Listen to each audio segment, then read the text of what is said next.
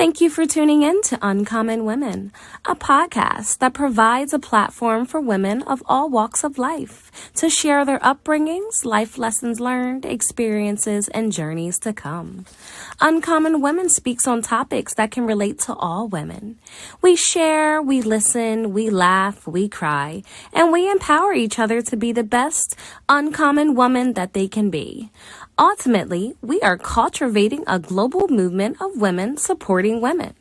Women supporting entrepreneurship, relationships, self-love, and so much more. We inspire each other to make an impact on this world for the better. Be sure to like, share, and subscribe to Uncommon Women. Now, finally, grab a seat, get comfortable, and hear from your wonderful hosts, Shanira and Jenny Lee.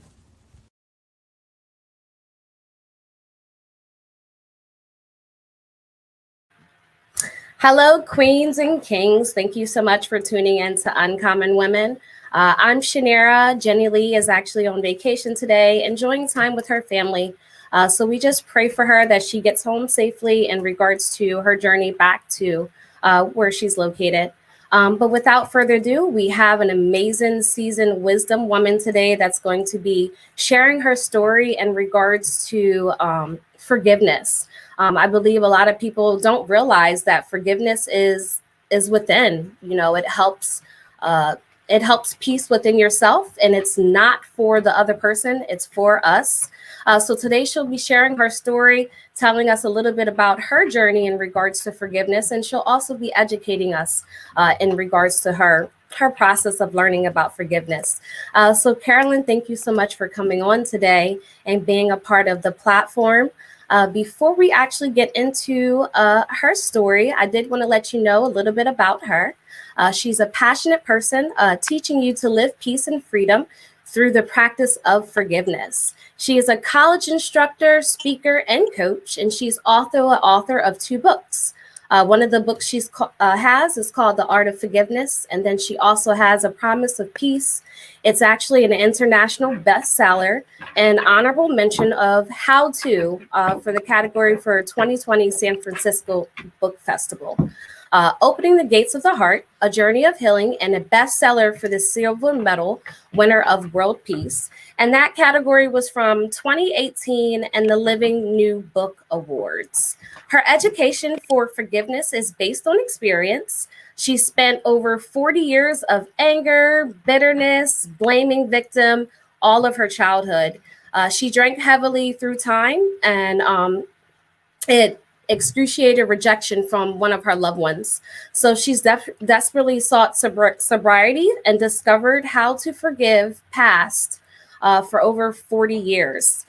With that, she was able to change her life a total of 180 degrees.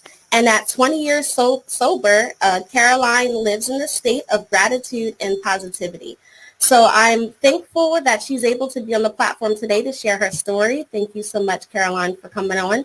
If anyone has any questions or concerns during this process, you're more than welcome to add your questions in our comment box, and we'll be able to get to that at the end of her story. I want to just thank you for having me here. Thank you so much for giving us the opportunity. So before we actually go into the good part of today's topic, tell us a little bit about your life. How was everything growing up in regards to when you were younger? When I was younger, I think, well, I grew up in the 60s and 70s, the 50s, 60s, and 70s.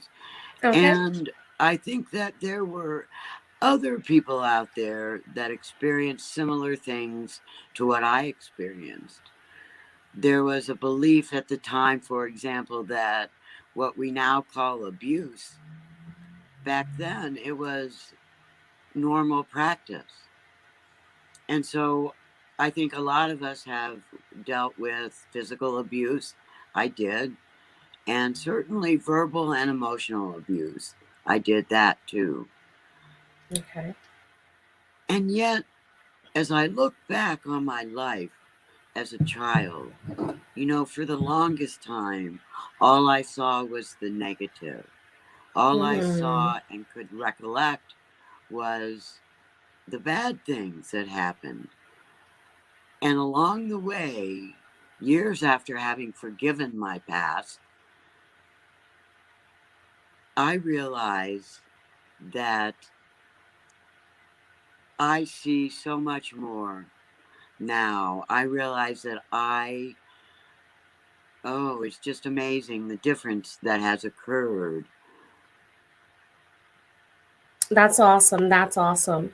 So let's go ahead and go right into your story. You know, how did you come into a place where you needed forgiveness, or what did you go through in your life that you were feeling anger and had bitterness?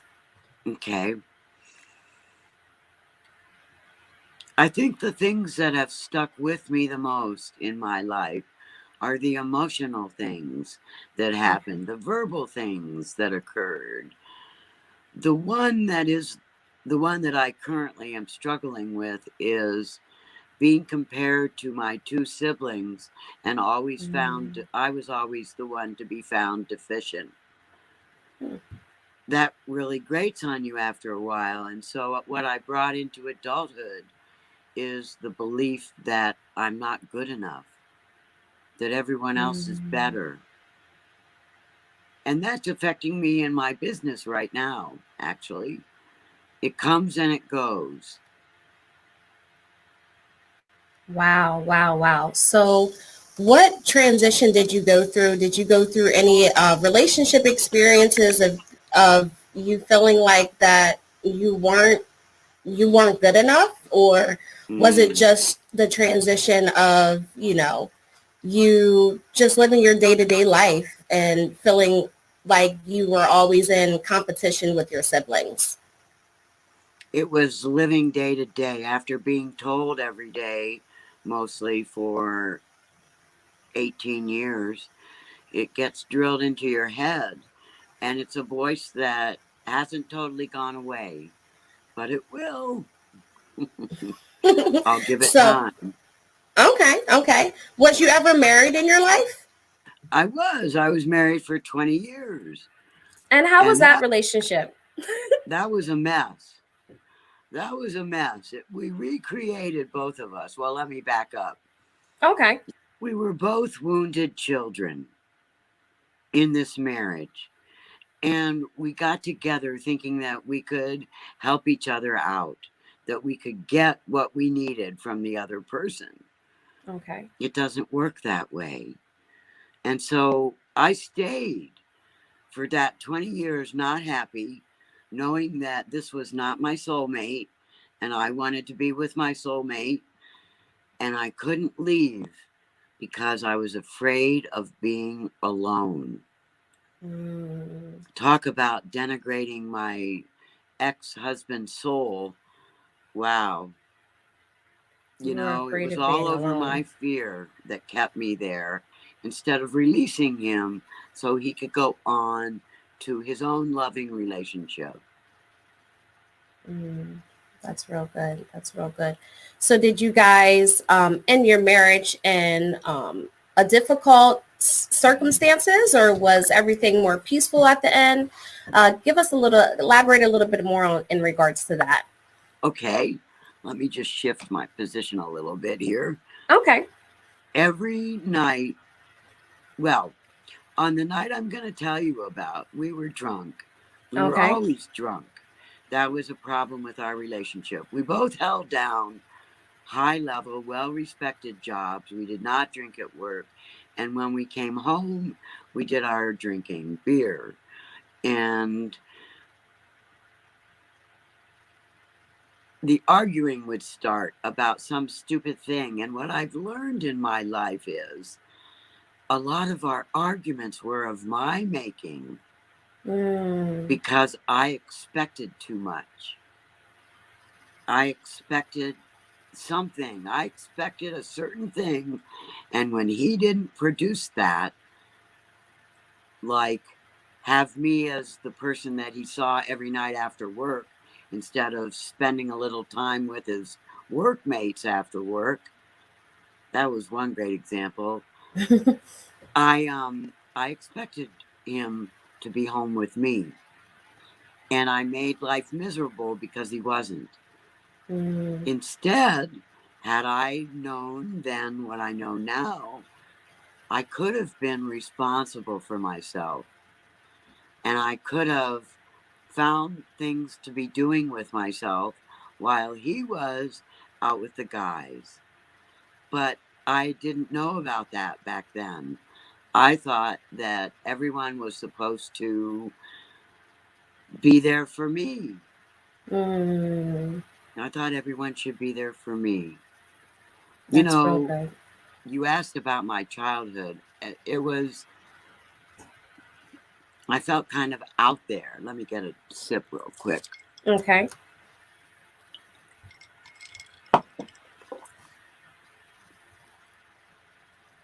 I didn't feel real connected with anyone in my family growing up. Not like I feel connected with people now. Okay. Part of that is because I was a kid. And what do we as kids connect with? Ourselves and our friends. Mm-hmm. Well, I never grew out of the ourselves mode. And so bring that forward to present day or to marriage days, and everything was all about me. Well, he was the same way. Everything was all about him. Wow. So we couldn't be together and really meld. We couldn't do it. So it ended horribly. It ended horribly. What happened was we moved. We were living in Colorado at the time. Okay. We used to own a little 26-foot sailboat. I say little. At the time, that was huge because we had gone from a sunfish. So we had this sailboat and we decided we wanted to cruise the world. Okay. So to do that, we needed to be on the ocean. We moved to Sausalito, California, which is Okay. in the Bay Area, just north of San Francisco. And we bought a 45-foot sailboat that we lived aboard for 3 years while we fixed her up. Okay.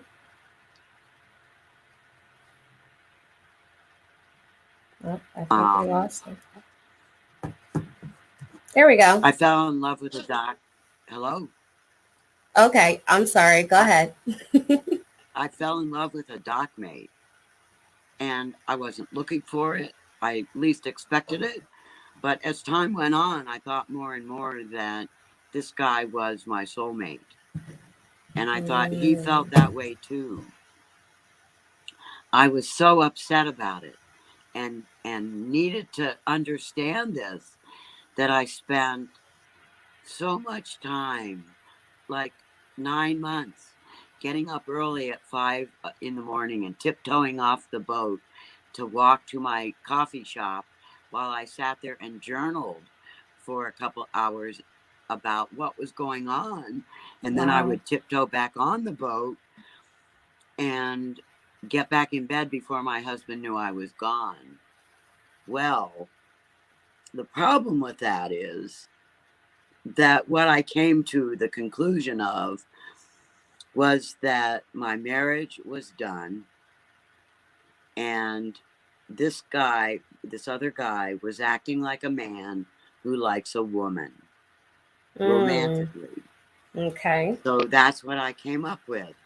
So one night when we're drunk and we're there in the boat drinking and arguing, and I said, I'm leaving. And he's like, what? You always say that. You're not leaving. And it's like, yes, I am. I said, I'm leaving. I didn't tell him I had fallen in love with someone else. Okay. I never told him about the other man. But he got very upset with me. And I was going to stay in the living room, what's called the main salon on a boat, on the settee, which is what the couch is called. And I was going to stay on the settee and he could have the bedroom, the aft cabin that was our bedroom. Okay. He threw me off the boat with my purse, a jacket, and a change of clothes, and that was all I could grab. I had nowhere to go. I had no money, and I went and stayed in our storage unit for about 2-3 nights. Wow. That was interesting. Luckily, we had some camping gear in there, so I had sleeping bag mats. Mm-hmm. So that wasn't quite so bad on the cement floor. Eventually, he showed up there and he gave me some money, and so I rented a local motel. Then what happened was I was on a boat with this other man. I kept going back to the marina where our Okay. boat was, and I never ran into my husband. Okay. But one day I was sitting in the cockpit of the sailboat with the man I had fallen in love with. And I was waiting for him to say something really romantic. Mm-hmm. And he said, you know, I don't like you. Not more than anyone else anyway.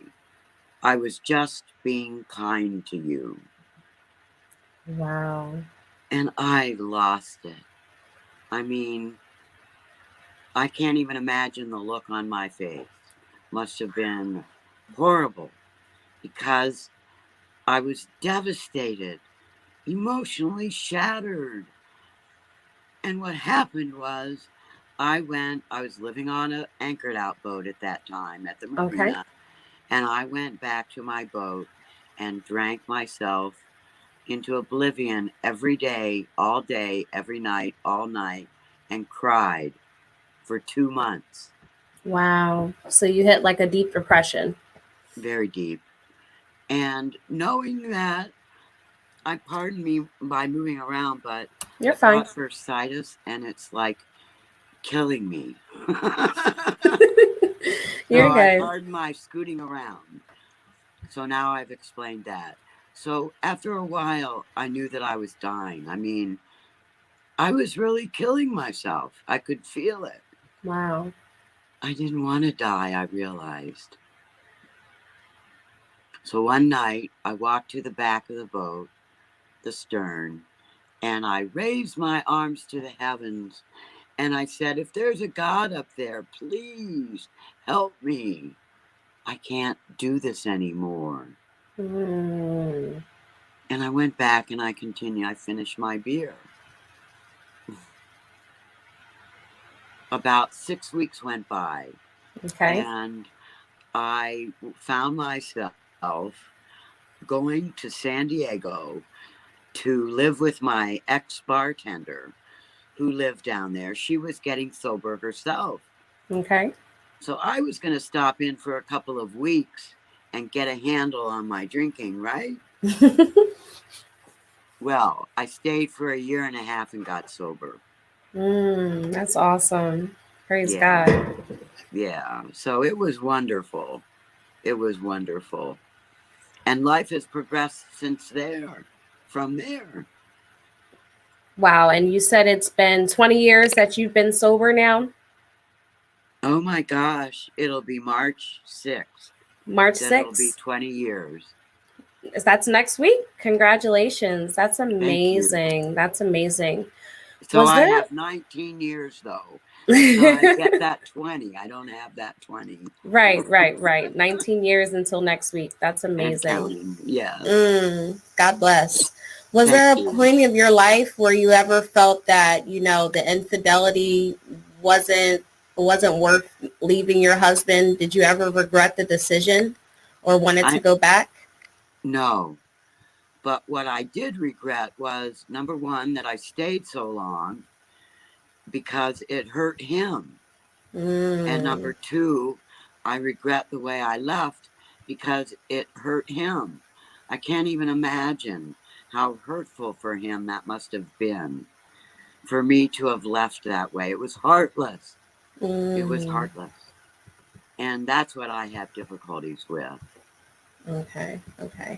When did you start taking accountability for yourself, having low self-esteem and, not playing the blaming game, blaming what you went through on others? When did you, turn around and actually take accountability for yourself? Well, at 4 years sober, I learned to forgive my past. And so there was a little bit of it then. Okay. At 7 years sober, I learned to be deeply grateful, even for the unrequited love, because it did so many things in my life. It pried me out of a dysfunctional marriage. It Okay. got me sober. It led me to forgiveness. It led me to the forgiveness work I do today. And it allowed me to write my forgiveness book. All of those things happened as a result of the unrequited love. So today I hold gratitude for that. And that happened at 7 years that I made that realization. That's awesome. And it was not until maybe 8 years ago, 10 years ago, that I started really being aware and accountable for my own behavior and my own feelings. I learned it then pretty deeply. That's awesome. That's awesome. Now, with you 7 years in, can you explain what the relationship is between healing and forgiveness? The relationship between healing and forgiveness. Mm-hmm. For myself, I had to forgive first before I could start healing, because and be grateful, because all of my energy was going to this unrequited love, you see. I was so confused for 7 years. I remained confused because I thought for sure he had felt the same way as I did. I hate to do this, but can I stand up and do this? Oh, absolutely. Okay, I'm going to raise my camera up, so hang on. Okay. As long as you're comfortable, that's fine. Yeah, I just need to stand up. There we go. There. All right, is that better for you? Yes, I couldn't sit perfect. any longer. Let me move my chair out of the way. There. Okay. All right, there we go. So go ahead. You basically put your happiness into the relationship of your husband to fulfill your happiness. Is that correct? Yes, I did. And all my interests became his interests. No, I said that wrong. All of his interests became my interests. I lost myself in that relationship.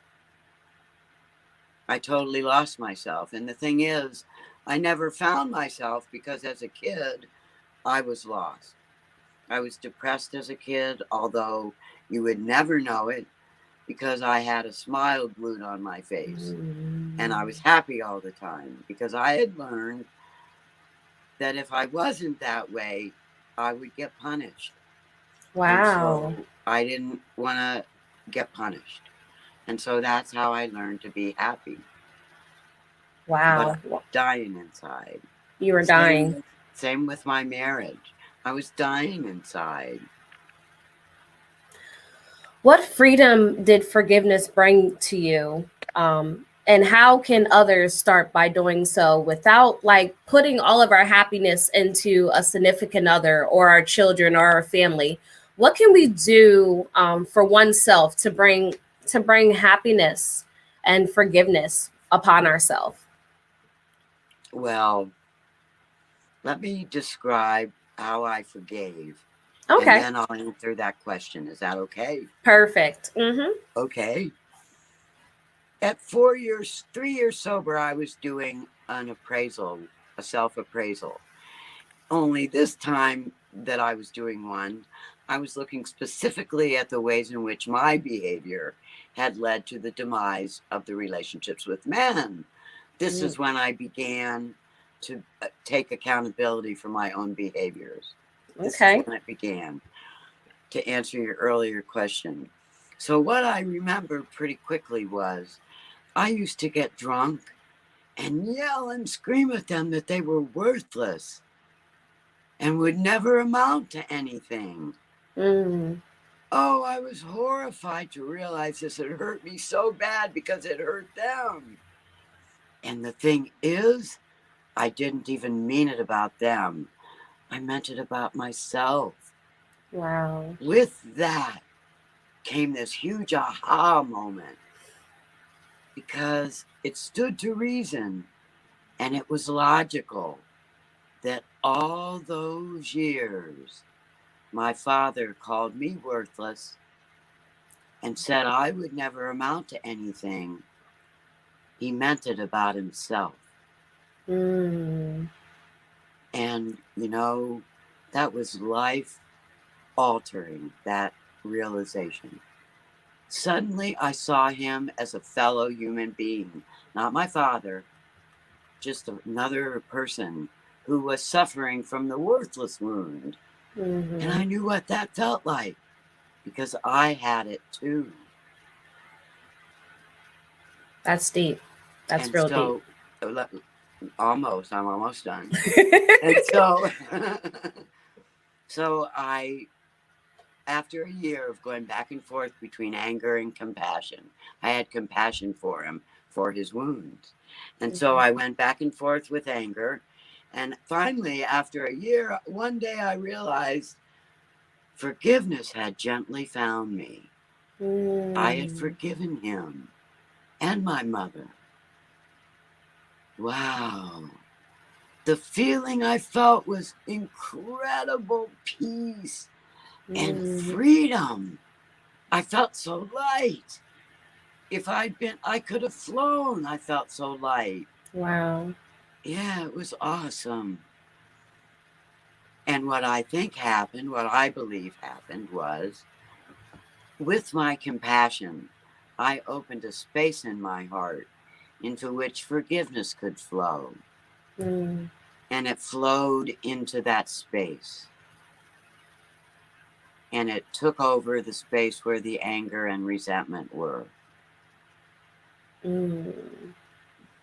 So with you, in my perspective of how you're saying it, you're saying that it was a generational curse that you had to break. Your father uplifted himself by degrading you, and you passed that on into relationships that turned into unhealthy relationships until you actually forgave your parents. So it started with the foundation.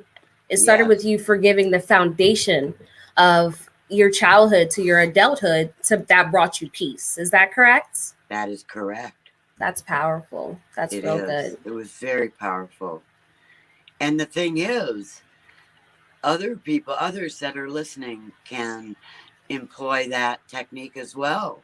You know, consider whether the person who hurt you was hurt themselves. And there's a saying out there in the community of people that have been hurt, and it goes like, hurt people hurt people who have been hurt in the same way themselves. So you can have compassion for the wounds that that person has suffered, because you know what the wounds feel like. You know what wounds feel like. The freedom that came with it and the peace was just awesome. Just awesome. When did you know that you were, fully at peace with yourself? What changes did you start seeing in your life?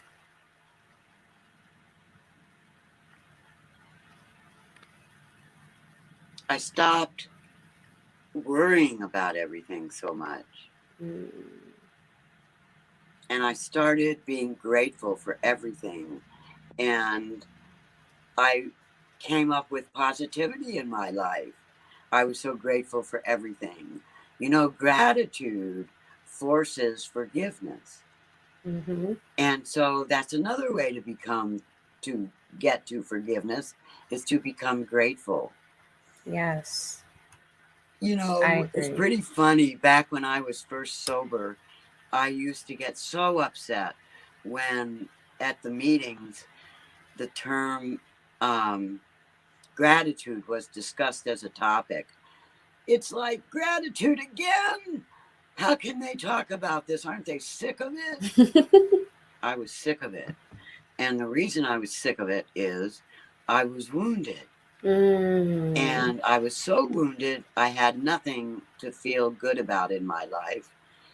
And I couldn't, it was excruciating for me to listen to other people be happy. Excruciating. And then that's why it's such a miracle for me that I live in gratitude now. And it was reading about it in a book, Forgive for Good, by Fred Luskin, PhD. Okay. He's a forgiveness specialist out of Stanford University in California. Dr. Luskin tells us that when we are resentful, we're doing three things. One, we're taking the offense too personally. Two, we're blaming the other person for our feelings. And three, we are telling our tale of woe.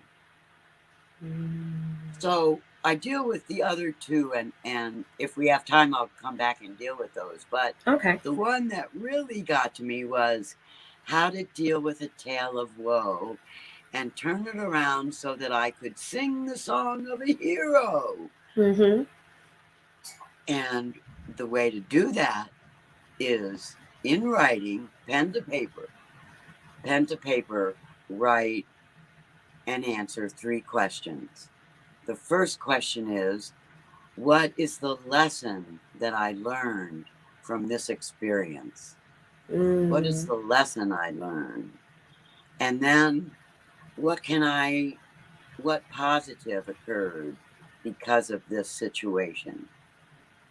And the third question to ask is, what can I be grateful for about this whole event?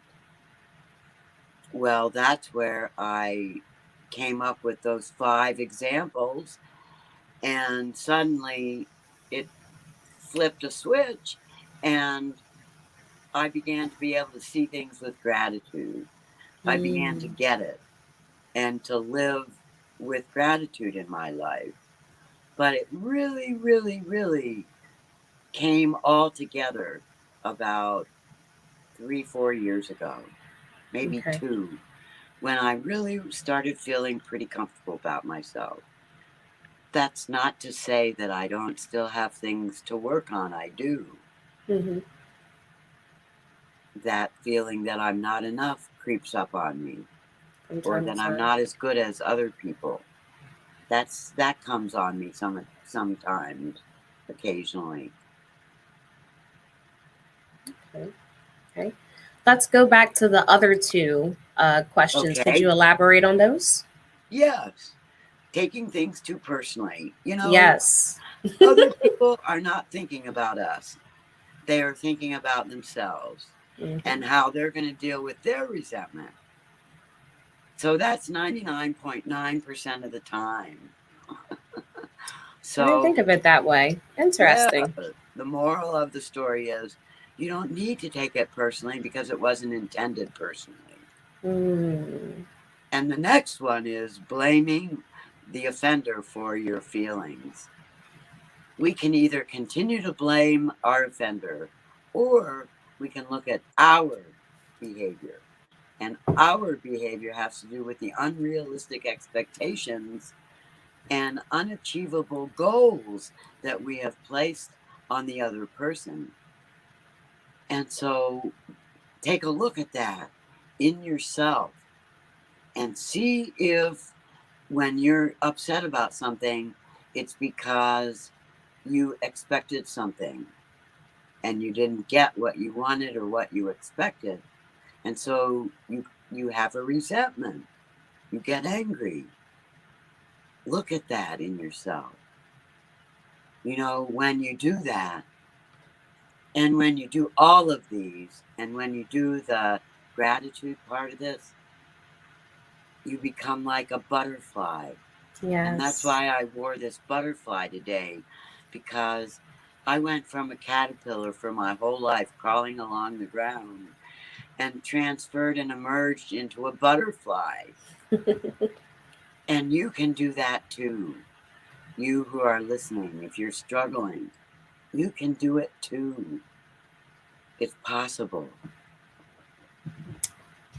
That's good. I think a lot of people, they set these high expectations on others to fulfill their happiness or for others to make them feel better, whether it's relationships or if it's family or even your children. And I think the the mindset has to be changed to know that it starts within yourself. You know, Yes, you can't expect someone else to make you happy if you're not happy with yourself. that's right. It all starts inside. And the thing is, when you feel happy inside about yourself, that happiness just overflows. The Mm-hmm. love, when you love yourself inside, it just flows over effortlessly to other people. And so they feel the love too. I And agree. yeah, yeah. That's true. That's true. And you can also see the glow in people when they Mhm. feel good about themselves. You know, it's a difference from someone, just walking with a smile on their face versus actually having that glow, that fulfillment internally out. Um, That's right. That's right. that was good. That's good. What are some steps to help others heal in regards to resentment? Like how can people come from freedom within their self from that resentment? Could you give us some steps in regards to that? Yeah. I guess the first step would be to yearn for peace. The result for peace and freedom. The result of what you'll get if you get beyond your resentment. Mm, So yearn for that. And then become willing. that's good. Become willing to consider looking at things and looking at your part in things and how you Mm, might have contributed to things. So become willing and then develop gratitude for the situation, for the resentment and the whole story of it. Be grateful for something within that story. Become willing to let it go. that's good. Become willing to let it go.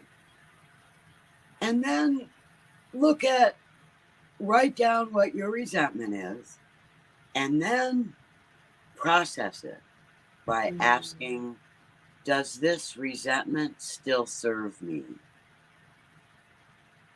Does this resentment still serve me? Write about it in the first and the third person. So, the first person you'd be talking, I felt this and I did that, and this is what they did to me.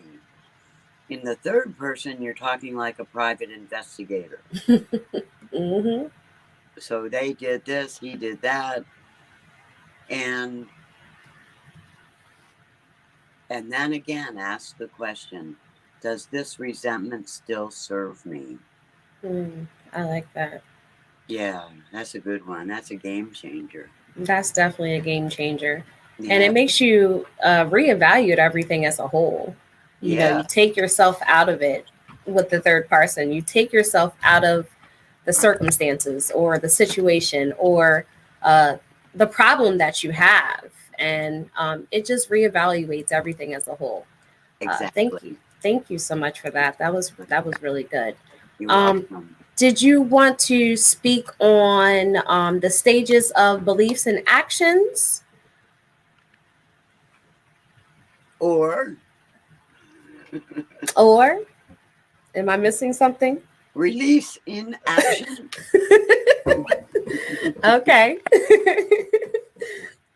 Jog my memory, please. I'm sorry. um, the stages of belief and how to put it in action. From Oh, yes, I'm okay. sorry. Okay. Yeah, I see. I see. Yeah, I started describing it to you, and the belief system is the yippee method of healing. Okay. And it stands for, it's an acronym, it stands for yearn, Mm, investigate, process, practice, evolve, and empower. I like You that. see, yeah, when you get to the end of all this, You empower yourself. And you do it. You do it by virtue of the actions that you're taking and the behaviors that you're changing and the new habits that you're forming. You do that. That's And so so good. those are the 6 stages that you go through, the 6 steps. When And you look at, I'm sorry, go ahead. I was gonna say I'll be sure to update and add the 6 steps to when I upload your information, because I like that. Yippee. I like that. Yeah, well, you know why I named it that?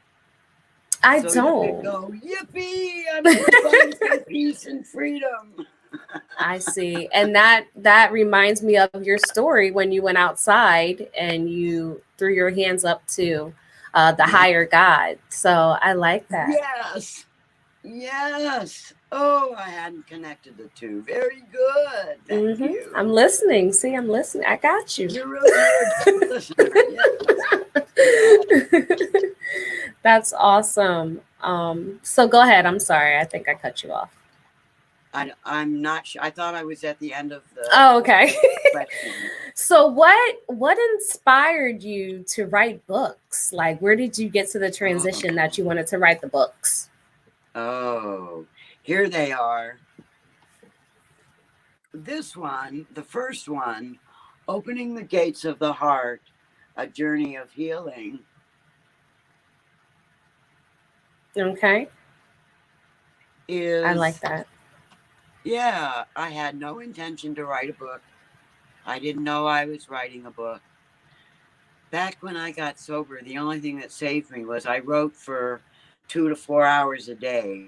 I wrote my feelings and everything. And I wrote with my non-dominant hand because I had injured my dominant hand in a work accident and it hurt to write with it. So I learned to print with my left hand. Oh, that's awesome. Yeah. So do you use both hands now? I know that has nothing to do, but are you able to write with both hands now? Yeah. My left hand is sloppy, but I mean, it gets smoothed out the longer that I write it. Like I get myself back in the groove. Okay. But what happened was, so over here, I'm journaling. Okay. Over there, I fell in love with these wrought iron gates because I came back to Sausalito. Okay. And there was a town I wanted to visit that I never got to visit in all the years I lived in Sausalito. So I went and visited it. And what I discovered was all sorts of wrought iron gates at the bottom edge of hilly properties, sitting there doing nothing. They used to be the entrance gate for these properties. Well, I fell in love with them and I started photographing them. Okay. And so I keep photographing over here, and over there I keep journaling. One day, and then I did a lot of photographing of the gates in February and March of 2004. Okay. In November of 2004, I was writing in my journal one morning, and I wrote,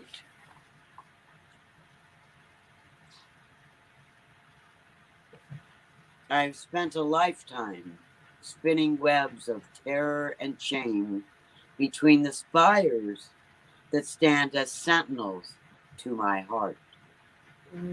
Is that deep or what? I just went, that's not me, but it was me because I just wrote it. That's what writing with your other hand does. It brings up deep, deep things. But here is the photo that I knew I was describing. Oh, wow. Can you see that? And look at the spider webs. Yeah, good. So all of a sudden, I wondered if I had more verses that described other gates I had titled. So I started going through all my journals. I had many. And I found, at that point, I realized I was writing a book. And I found 3/4 of the verses that are in the current book, Opening the Gates of the Heart, which has 42 gate images and verses. 3/4 of those came verbatim from my journals. Wow.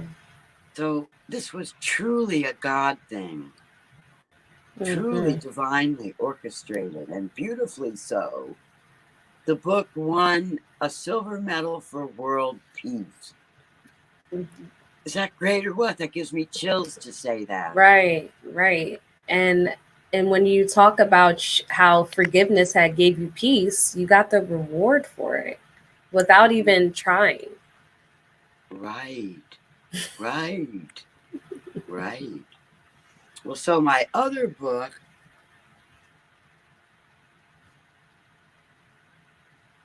I'm backwards. No, I can see it says The Art of Forgiveness. The Art of Forgiveness, The Promise of Peace. Yeah. Okay. This one I wrote in 2019. Okay. Early, like February. Before I was writing, I was a caregiver and I had a full-time caregiving job.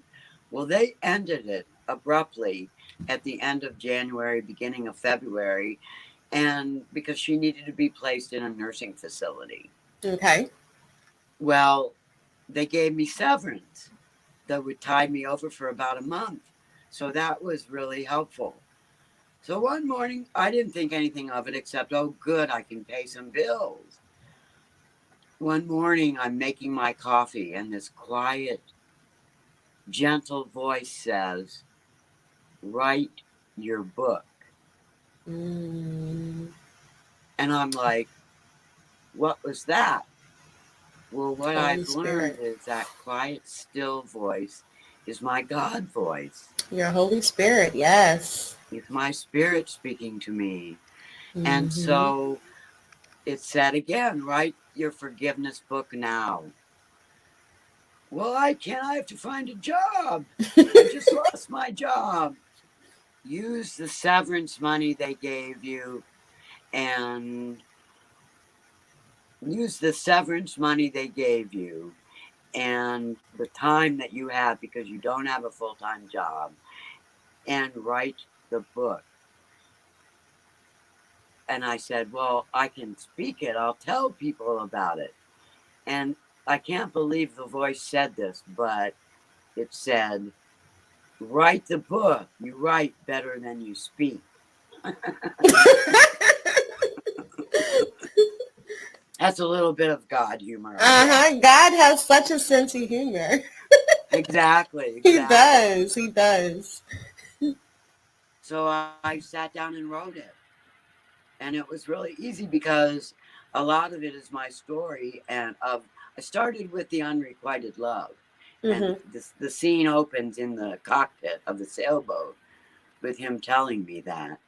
And me wanting to dive into the water and disappear. And that book came out. It has won an honorable mention for the best how-to book in the 2020 San Francisco Book Festival. That's awesome. Yeah. So I describe the Yippie method in the book. I go into detail. I do not delve into my past a great deal. I do not drag up the past and incidences other than to mention the being compared and how that has affected me. And it almost, gives the reader a way that they know things to not do to a child. Because if they do, that child may have the same effect in them that I had in me. So one thing is comparing your children one to the other or to anyone. That's a good one. Yeah. It takes a long time to pick oneself up and realize that you're a decent human being. But it can happen. That's what I was just about to say. It can happen. And I think sometimes parents don't even realize it. Just speaking and not thinking before they speak. That's right. Yeah. That's awesome. So, we have to forgive being human, because those things our parents said, they were just being human. Mm-hmm. And parenting doesn't come with, a manual. It's It does. either it's either what they've learned from their childhood, or just certain things that they're just not fully there in regards to parenting. Right. Well, and that raises an interesting point. And that is that we have to become willing and aware that we're living in that space of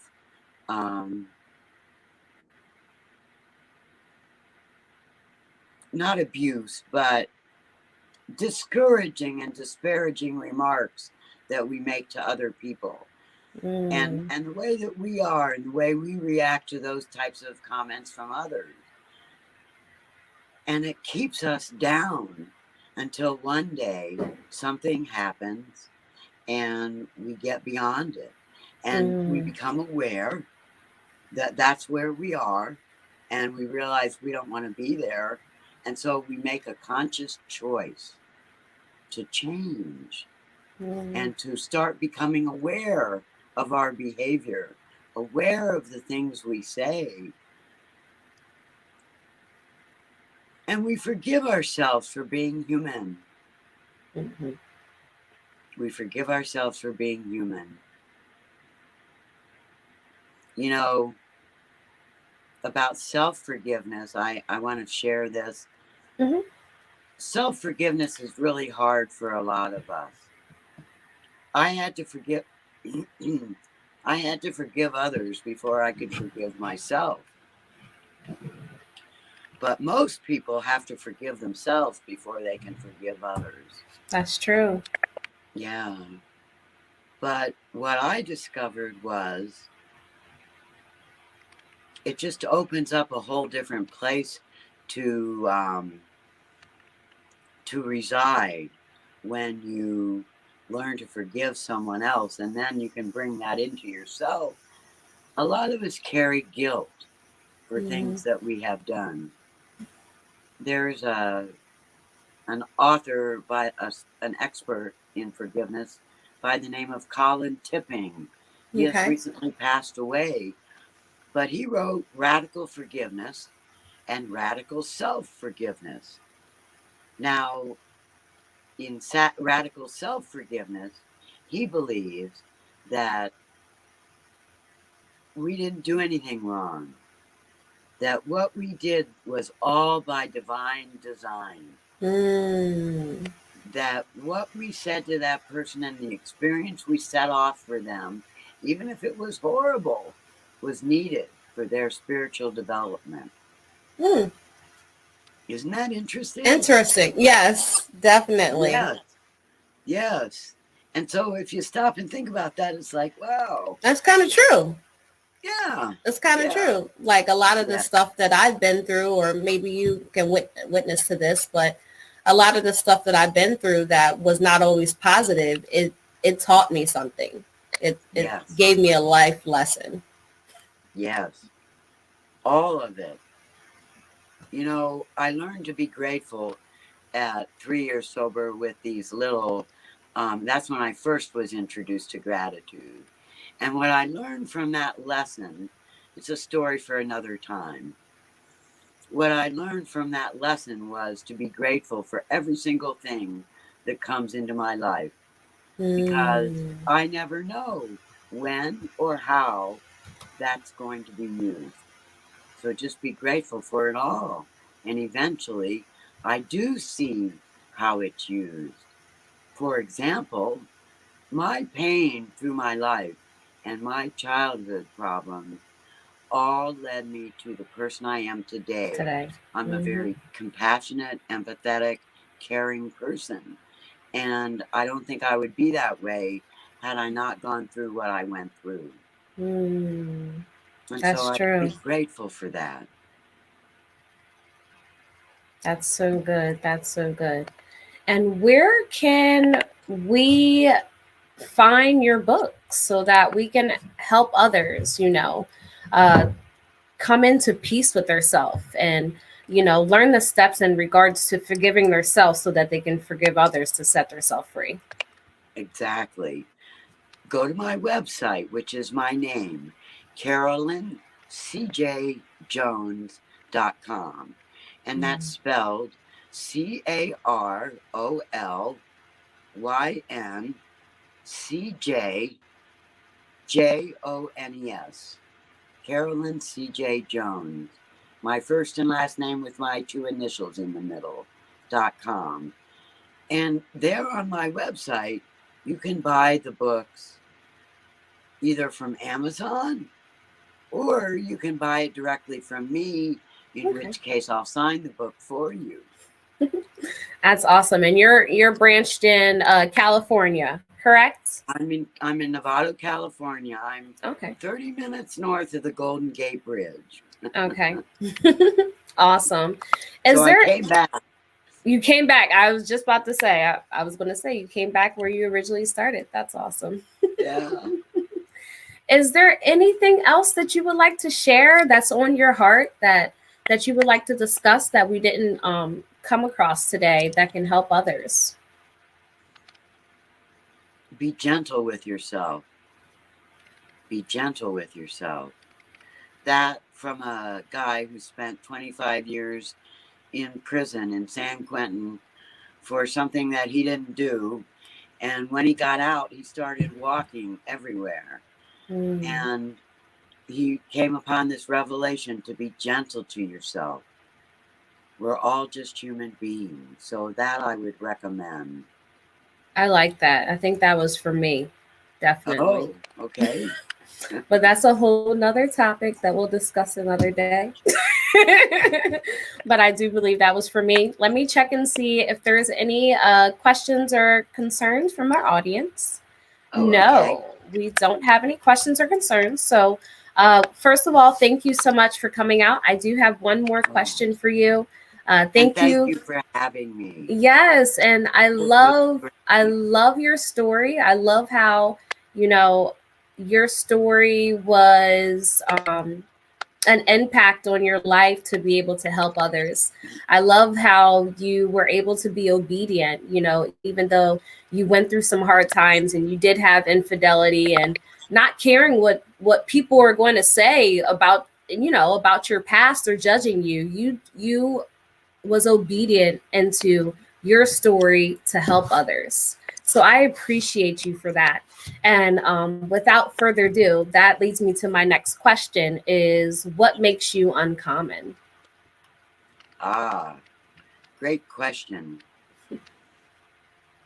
I would say what makes me uncommon is that I've lived as a victim and I've lived as a non-victim, as an empowered woman. And I've seen life from both sides. And I know both pretty darn well.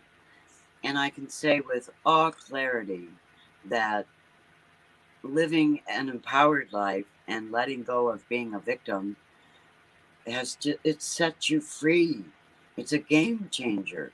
You look at life totally differently. You have positivity. It doesn't take as much energy. And that's what's uncommon about me is because I've lived in both worlds, I can invite you to live in the world of empowerment. I like that. That was so tender. I really like that. I enjoyed that. Thank you so much, Carolyn Jones, for coming out today and sharing your story. For our viewers, thank you so much for tuning in to Uncommon Women today.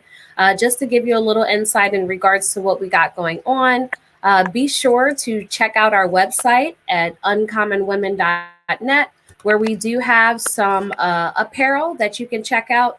We also have some mugs, and we recently just added some masks. We're moving with the wave.